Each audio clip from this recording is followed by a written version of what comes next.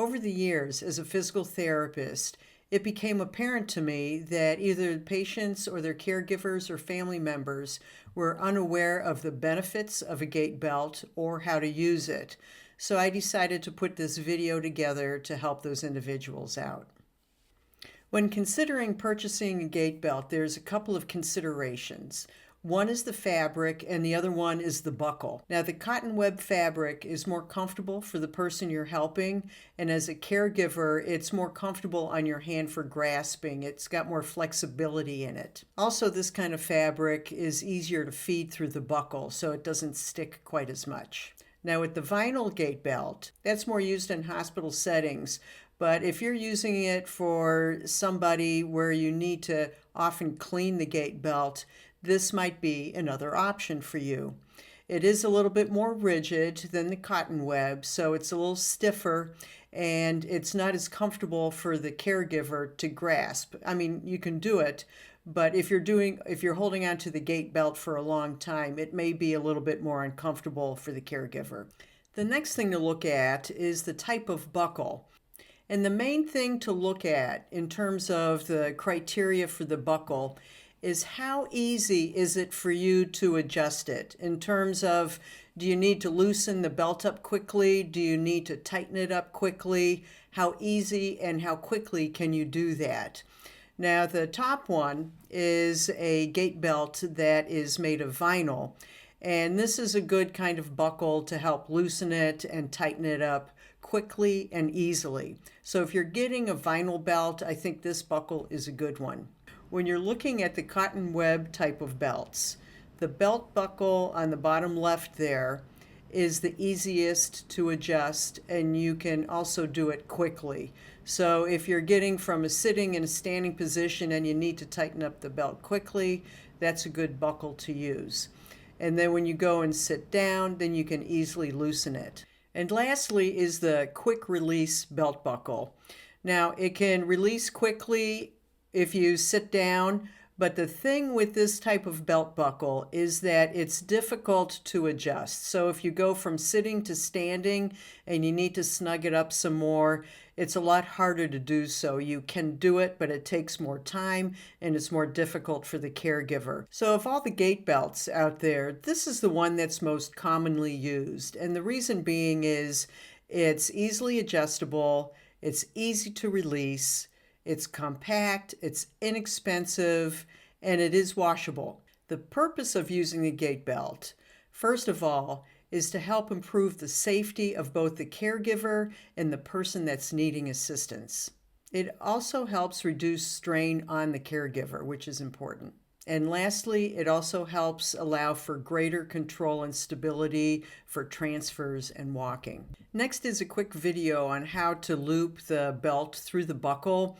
And I've found some individuals, if they do it incorrectly, then the belt will loosen while they're holding the patient, which is not a good scenario. So this is just how to do it correctly. An easy way to remember how to loop a gait belt through.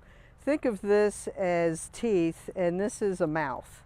And you're going to stick your tongue out of the mouth, and then you're going to loop it back into the other part of the buckle. Then you can see, I'm going to show you, you cannot pull it more open. It's nice and snug. It's not going to slip apart. This next video is going to give you some guidance on how tight the gait belt should be when you're in a standing position.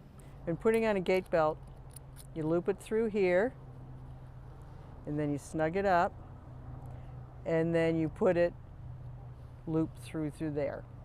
Now, if it's too loose, you're going to be able to just slide this around, and this could just slide up and down, and you don't have good control over the individual. So you want it snug enough. Let me see if that's good enough. Snug enough so when I try and twist it around him, then it doesn't twist around his body. Then you've got good control, and that's how it should be put on. Now that the gait belt is on, we're going to take a look at different hand positions, how you should hold the gait belt. And the first one is usually used more if somebody needs some assistance, but not a lot of assistance. It's a more relaxed position for your hand to be. So your palm is facing the gait belt and your thumb is on the inside of the gait belt. Now, the next two options are used when people may need a little bit more of assistance. So now you're going to have your palm up. Having your hand palm up gives you a little bit better control as a caregiver. So this is one option, is palm up and thumb on the outside of the gait belt. In the last position with the palm up, it's more like a fisted approach. I use this method for people that require much more assistance, and it prepares me to respond more immediately to any changes in balance. Other than the hand position, you want to think about your shoulder, trying to keep that relaxed, and also letting your elbow be close to your body. And here's a little video clip explaining it. It's easier for me to have my elbow a little bit in at my side while I'm walking with them because it's less strenuous on my arm. If I'm walking and holding onto the belt with my arm stretched out while he's walking, that's more of a strain for me. So when you're walking, just keep that elbow in a little bit. It's easier to control somebody's balance if the gait belt is around the waist, but that's not always possible. There may be situations where you can't put the gait belt around the waist, and you'll need to place it under the arms in order to avoid things like a colostomy, a feeding tube, a healing surgical abdominal incision. Or another situation you don't want to put it around the waist is if somebody has a large belly, a large abdominal area where the belt could slide off and then it becomes loose and then you don't have good control of that individual's balance.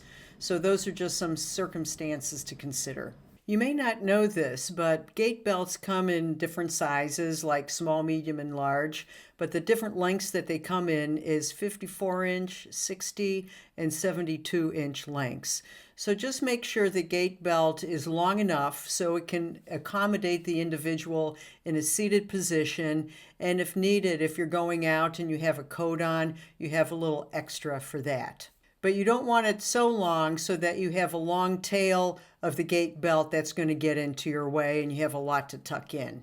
So just be aware of that. This next video is going to show you some tips and tricks on how to apply the gait belt in sitting. Okay. When you put a belt around somebody, you want to first make sure that it's not twisted. So I'm just going to untwist this one, run my hand all the way around. And then a good way to know is if you have the buckle positioned correctly to the person, the seam of the belt is typically on the inside. So that kind of tells you that you have it on correctly. Then what you're going to do, you're going to take the tail and feed it through the teeth of the buckle. You're going to make it nice and snug. Now, when you're sitting down, people tend to be a little bit fatter when they're sitting than when they're standing. So you still want to make it snug, because if you make it snug, you have better control of the individual that you're helping. So the way you test it is, see, I can still slide this around. So I need to snug it up a little bit more. There, now I can't slide it around anymore. Now here's a tail from the belt, and that can get in the way. So you just tuck that away.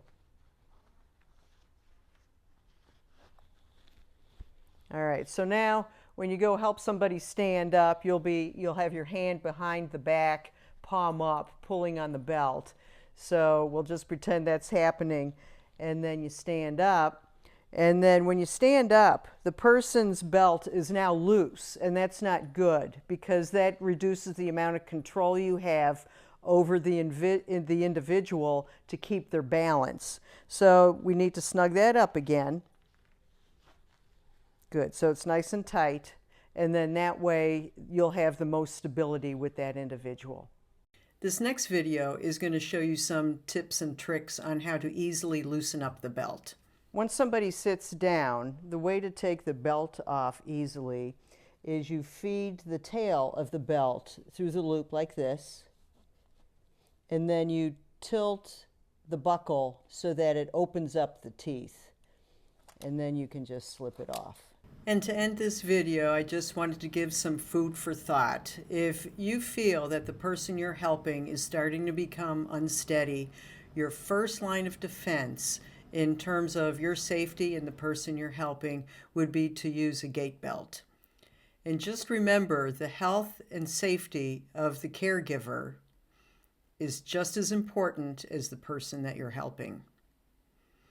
Thank you for watching.